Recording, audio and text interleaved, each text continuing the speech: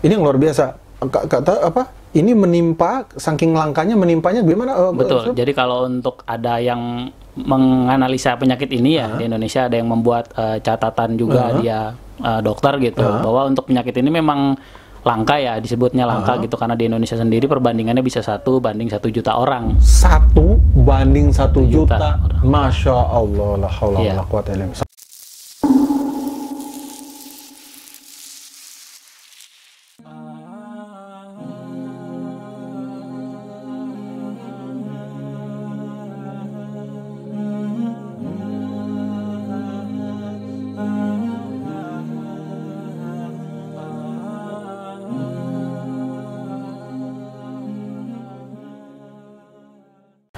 Bismillahirrahmanirrahim. Assalamualaikum warahmatullahi wabarakatuh. Bismillah, alhamdulillah, wassalatu wassalamu ala rasulillah wa ala alihi wassahbihi wa man wala amma ba'd. Sahabat muslim, jumpa kembali di channel kita, channel Musisi Pensiun, channel inspiratif, motivatif, ada juga ruqyah syar'i, dan kita akan berbagi manfaat apa saja, sebagaimana selama ini channel ini membagikan manfaat apa saja yang berguna. Nah, kali ini pun alhamdulillah kita akan berbagi manfaat juga yang luar biasa ya. Sesuatu yang akan ditampilkan saat ini adalah sesuatu yang berguna. Kenapa? Karena ada musibah, dan musibah ini bukan sekedar musibah, tapi musibah ini langka. Kenapa saya angkat? Karena dia itu langka. Langka sekali karena musibah ini mungkin kata bundanya sama ayahandanya, kasus yang terjadi di antara 1 juta orang baru ada sakit yang seperti ini. Oke, sahabat muslim, saya akan sapa dulu ya kedua orang tuanya, dan kebetulan mereka adalah kawan saya sendiri. Assalamualaikum warahmatullahi wabarakatuh. Gimana Kang kabar? Waalaikumsalam warahmatullahi wabarakatuh. Sehat? Nah, alhamdulillah. Alhamdulillah. Oke, bundanya sehat juga? Alhamdulillah. Alhamdulillah. Oke. Kang, langsung saja ya kita ngobrol ya. Langsung ngobrol. Anaknya kebetulan lagi tidur. Ini sahabat muslim ya. Jadi anak ini memang diusahakan untuk tetap selalu tidur gitu ya, tidak terlalu istirahat gitu. Oke, baik, Kang, saya mau nanya dulu nih, antum sudah menikah berapa lama nih? Kita sudah menikah hampir 8 tahun ya, Tad. 8 tahun ya? 8 tahun. 8 tahun menikah, baik. 8 tahun itu, oh ya, anak antum berapa sih? Sekarang alhamdulillah 2, Tad. 2 anak antum? 2. 2. Oh baik, anak 2, laki-laki 1, perempuan 1. Perempuan 1, oke. Oh ya, ini kan kita bicara sakit ya, bicara sakit, bicara kelainan anak terjadi seperti ini. Sekarang boleh bundanya nih. Oke bunda, selama hamil itu bunda itu merasakan kejanggalan nggak sih atau keanehan waktu hamilnya ini? Alhamdulillah, alhamdulillah selama hamil Gibran ini proses kehamilan dari awal hamil sampai lahir itu baik dan lancar, nggak ada kendala atau kelainan. Jadi sejak mulai ada misalkan kita kan positif gitu ya, dari mulai positif, lalu minggu pertama, kedua, sebulan, 2 bulan, lancar, nggak ada keluhan sakit, nggak gitu, ada, terus nggak ada yang mabok kayak orang hamil pada umumnya gitu. Pokoknya dikasih kemudahan banget, karena kan saat itu saya kerja. Waktu itu? Oh, sambil kerja dulu? Sempat kerja. Oh, kerja, baik. Omongnya deketin ya, lebih dekat lagi, deketin. Oke. Ini namanya yang ini Gibran. Iya. Gibran berarti berapa tahun umurnya? Hampir 7 tahun, bulan ini 7 tahun. 7 tahun bulan ini ya, oke. Nah, Gibran ini sakit apa sih? Yang, silakan. Gibran ini sakit apa? Jadi kalau untuk diagnosa terakhir dari dokter, itu Gibran itu terkena penyakit namanya SSPE. SSPE, apal nggak bahasa Inggrisnya? Singkatannya itu subakut sclerosing panencefalitis. Jadi kalau untuk bahasa sederhananya itu ada infeksi virus dari virus campak atau morbili yang menyerang saraf. Ini sarafnya langsung ke pusat. Jadi nama penyakitnya SSPE. Jadi kalau untuk ada yang menganalisa penyakit ini ya, di Indonesia ada yang membuat catatan juga dia dokter gitu, bahwa untuk penyakit ini memang langka ya, disebutnya langka gitu, karena di Indonesia sendiri perbandingannya bisa 1 banding 1 juta orang. 1 banding 1 juta. Masya Allah, la haula wala quwata illa billah. 1 banding 1 juta. Oh, jadi oke. Untuk sakit SSPE ini, kesimpulan si dokter, ini dokter semua apa dia aja apa semua? Beberapa dokter memang melihat kondisi si Gibran, memang sudah langsung mendiagnosa penyakitnya SSPE gitu. SSPE, terus kemudian apakah mereka punya kesimpulan yang seragam bahwa ini artinya secara medis ya? Tentu kalau dia ngomong gini juga dia tidak dalam rangka melewati Tuhan ya. Artinya sepengetahuan mereka sejauh ini mereka penyakit yang tidak bisa disembuhkan karena pengetahuan mereka terbatas. Begitu sama? Betul. Dari sini ke sana semua sama semuanya. Oke, Bunda tolong jelasin. Deketin Bunda ya. Nah, waktu kejadian-kejadian sejak jadi gini, Gibran ini kan ya dulu tentu sehat kan? Sehat, alhamdulillah. Sehat, katanya juga ceria, aktif, hafalannya pintar, bagus, hafalannya banyak gitu ya. Iya. Coba jelasin waktu itu gimana sih mulai ketahuan kok ada mulai janggal, merasa mulai janggal, ada sesuatu lalu kemudian sampai dia mungkin terlihat jelas sakit kemudian dibawa, itu gimana tahapannya itu yang spesifik kelihatan itu habis Lebaran. Habis Lebaran dia itu kan udah mulai masuk sekolah lagi nih. Nah, jadi tuh setiap mau sekolah itu pasti dia kayak nggak mau gitu, nangis. Nah, kalau menurut dokter, kalau menurut dokter ini tuh nimpah emosional si anak. Oh, ini pertamanya. Iya, pertamanya. Iya, emosionalnya jadi nggak stabil. Kalau kita kan dulu nggak tahu, karena belum tahu, mikirnya apa bosan apa gimana ya. Oh iya, selalu pasti mungkin ada banyak kemungkinan kan. Iya. Terus kalau pulang sekolah dijemput, nanti tiba-tiba di tengah-tengah jalan jatuh tanpa sebab, nanti ntar dia bangun lagi langsung bisa. Oke, tadi fisik dia tidak nyaman, psikisnya dia tidak nyaman. Iya. Kemudian kedua yang nampak berikutnya fisiknya dia jatuh. Iya, jatuh. Okay. Nanti tiba-tiba berapa detik bangun lagi, nangis gitu. Kadang nangis, kadang enggak. Ntar bilang dia, enggak, aku nggak kenapa-napa, aku nggak sakit. Jatuhnya gimana sih, biasa aja gitu ya, kayak orang jatuh gitu, ngelutut, kayak lemes gitu. Iya, kayak lemes beluk gitu. Iya, berlutut. Nah, itu dari yang sehari cuman beberapa kali sampai sering dalam waktu sebulan itu tuh sampai sering jatuhnya dan yang tanpa sebab tentu ya. Iya, tanpa ketabrak, sebab. Enggak kesenggol, enggak apa gitu. Pokoknya setiap jalan, setiap duduk jatuh. Terus lagi megang pensil, lagi belajar, lepas sendiri pensilnya. Ya, dan dia itu jadi kayak orang ngantuk. Jadi kayak ngantuk gitu. Semakin spesifik nih dia emosionalnya, udah pasti enggak. Ini rentetan sebulan ya berarti ya? Okay. Sebulan dari minggu ketiga dia semakin itu emosionalnya emosionalnya semakin tidak terkendali. Jadi seperti apa ya biasanya? Jadi ngamuk-ngamuk apa marah? Ngamuk-ngamuk dia jadi nggak bisa kesinggung. Kayak tantrum udah gitu.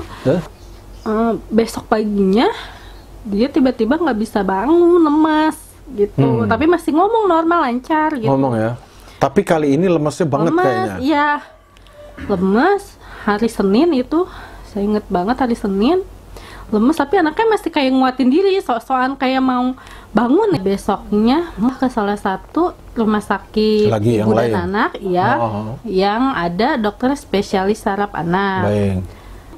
Sempet dia itu jalan itu dibopong sama papahnya itu kayak cuman ditahan biasa gitu, jadi dia yang full nahan badannya buat terus jalan.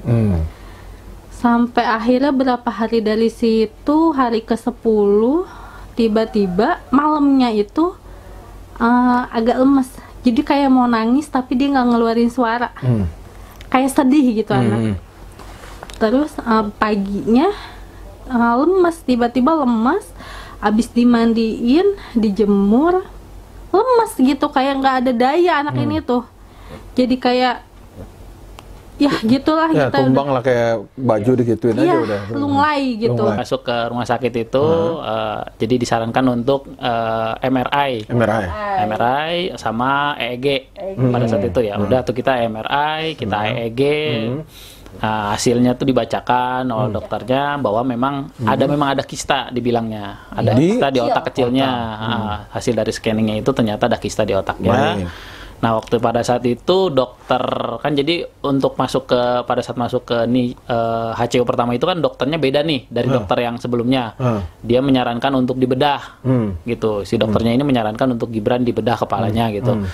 Tapi setelah itu bedah. Betul, sempat ada mau ada tindakan gitu, wacana untuk dibedah gitu. Tapi setelah mereka mungkin ngobrol mungkin dengan yang bedah sarafnya langsung dikonsulkan ya, pada saat itu dikonsulkan untuk ke dokter bedah sarafnya. Jadi diputuskanlah untuk tidak jadi dibedah karena memang untuk ukuran kistanya sendiri kecil menurut si dokter bedah. Jadi nah setelah di rumah sekitar 2 minggu ya, 2 minggu 3 hari di rumah dulu. 3 hari di rumah gitu. Nah, hilang responnya hilang semua tuh pokoknya. Nah, ya namanya penyakitnya penurunan kondisi tubuh ya, begitu ya, berarti kan turun gitu. Nah, akhirnya makin turun di rumah juga. Kejang tuh, sempat kejang si anak ini. Akhirnya kita bawa lagi. Nah, itu tuh bolak-balik ke rumah sakit itu bisa sebulan itu 3 kali kita. 3 kali masuk ICU lagi, HCU lagi gitu. Jadi udah ruangannya udah nggak dikasih ruangan biasa gitu, udah masuknya langsung ke ruangan HCU. Oh, datang HCU. Langsung tuh.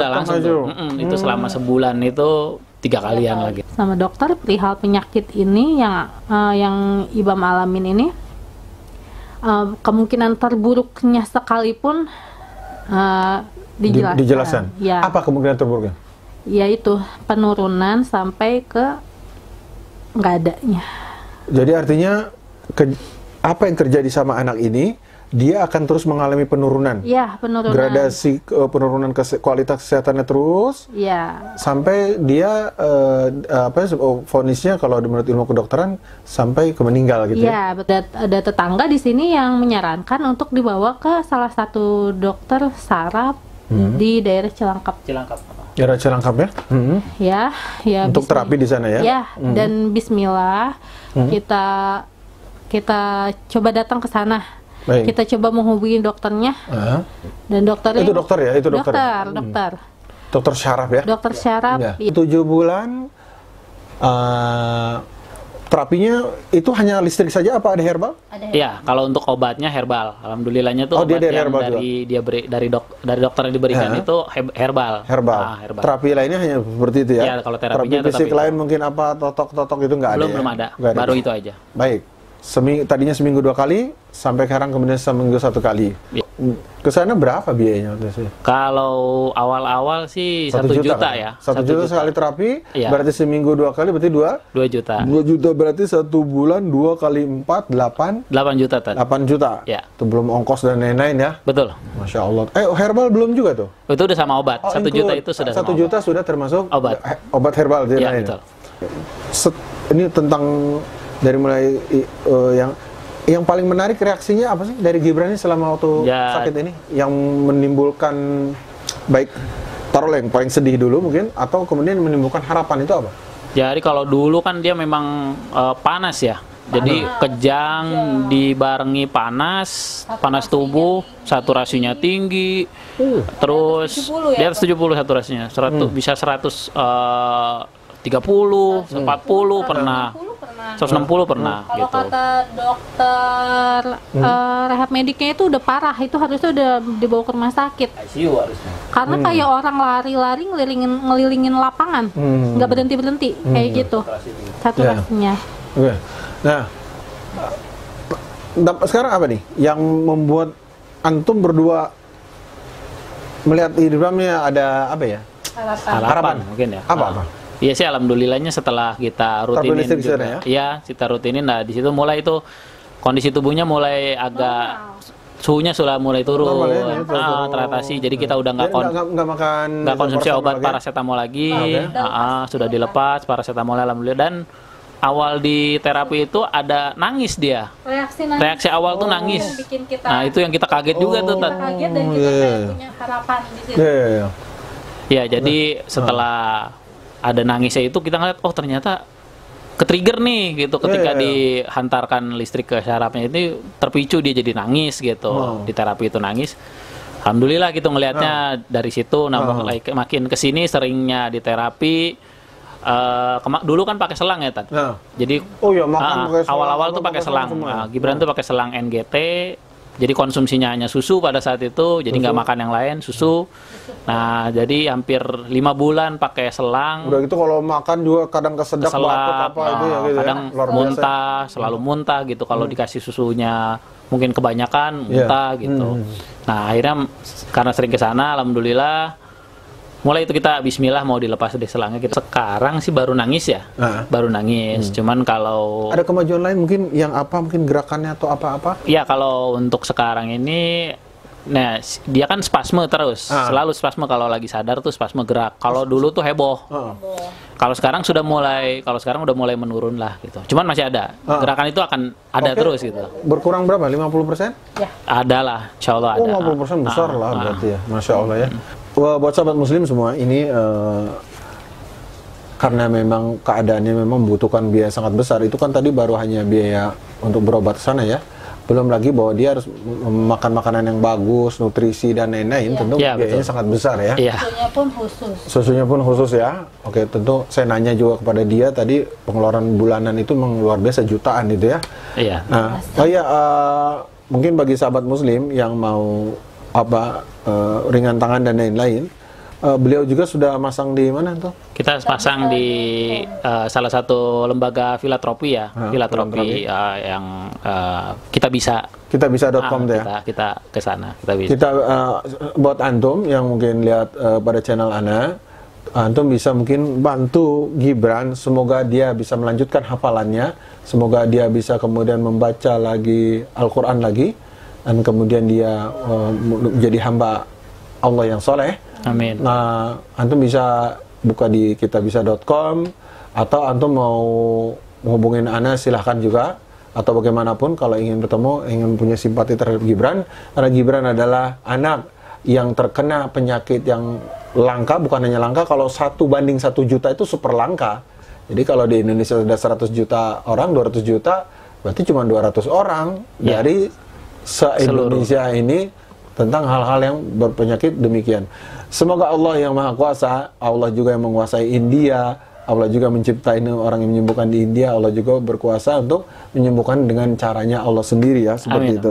Oke, terakhir nih, buat ayahnya atau bundanya ya, antum ditimpa anak seperti ini, apa yang bisa antum utarakan dari perasaan antum tentang keadaan antum menghadapi ini, bagaimana? Kalau untuk perasaan balik lagi ya mungkin sedih ya gitu, sedih gitu ngelihat biasa saya sendiri kerja gitu kan ya, biasa pulang tuh dia sambut gitu dulu tuh ya. Kita juga sering kegiatan bareng dulu kan, kita sering main kemana-mana, hobinya juga renang gitu. Hobi renang dulu. Jadi ya kehilangan momen aja gitu ketika dulu tuh sempat ya gitu main gitu bareng-bareng, sekarang ya gini kondisinya sakit gitu. Itu sih yang kadang suka muncul rasa sedih ya gitu. Baik. Gitu. Oh, jadi sedih terus kemudian perasaannya seperti itu ya. Iya. Tapi kemudian mungkin dari sisi optimismenya?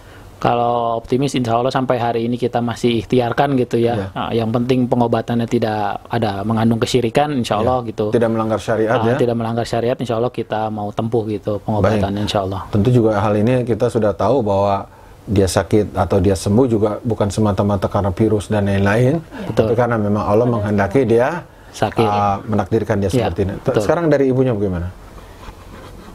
Sejauh ini belajar ikhlas ngejalaninnya, ikhlas karena menerima keadaan, kalau takdir. Kalau nggak kita ikhlasin, ya berarti kita dizolim juga sama Allah, sama anak ini. Pada Allah ya. Berarti kita nggak percaya gitu kan. Ya emang harus ikhlasin gitu. Apapun keputusan Allah, apapun yang jadi ketentuan Allah, kita terima, kita jalanin, kita syukuri. Karena yang menimpa kita itu jauh banyak yang lebih berat di luar sana. Kita cuma bisa bersyukur karena sampai detik ini Allah masih nolong kita. Baik ya, Masya Allah ya. Jadi ternyata kalau saya simpulkan sedikit ya, Gibran adalah anak yang membawa harta karun besar bagi kedua orang tuanya. Masya Allah, berkah. Harta karun itu maksudnya apa? harta karun terbesar itu adalah ketika seseorang diajari oleh Allah untuk ma'rifatullah. Gitu. Gibran kan mengajarkan, menjadikan perantara buat antum berdua. Beginilah kalau Allah mau, beginilah iman itu, disinilah diuji kesabaran, disinilah diuji baik sangka, disinilah kita tahu bahwa obat dan lain-lain itu sebenarnya sama sekali tidak berpengaruh apapun sampai Allah yang menentukan seperti itu. Ya, jadi anak ini sebenarnya gak usah lihat tentang kesembuhan, gak usah lihat tentang apa-apa, keadaan dia yang seperti ini mengajarkan kepada kedua orang tuanya sesuatu yang tidak ternilai harganya, tentang keimanan, tentang tauhid. Iya? Setuju kan? Setuju. Masya Allah ya, seperti itu. Oke, baik, Kang Angga sama istrinya mungkin bincang-bincang kita rasanya cukup ya. Mudah-mudahan kita bermanfaat buat channel pemirsa dari sahabat muslim dari channel Musisi Pensiun. Bagi antum yang mempunyai bersimpati kepada keluarganya Gibran, silakan untuk bisa lewat saya atau kitabisa.com dengan nama siapa tadi? Gibran ya? Dan SSPE. Gibran SSPE di kitabisa.com. Kalau antum partisipasi silakan, atau mungkin lewat saya, atau nanti saya kasih deskripsinya di bawah ini, boleh silakan. Demikian sahabat muslim, semoga bermanfaat apa yang kita tampilkan saat ini, dan semoga kita semua selalu dalam lindungan Allah, baik kita kena musibah atau kita dalam keadaan lapang. Allah selalu melindungi kita dari keterpelesetan. Semoga bermanfaat. Barakallahu fikum. Wassalamualaikum warahmatullahi wabarakatuh.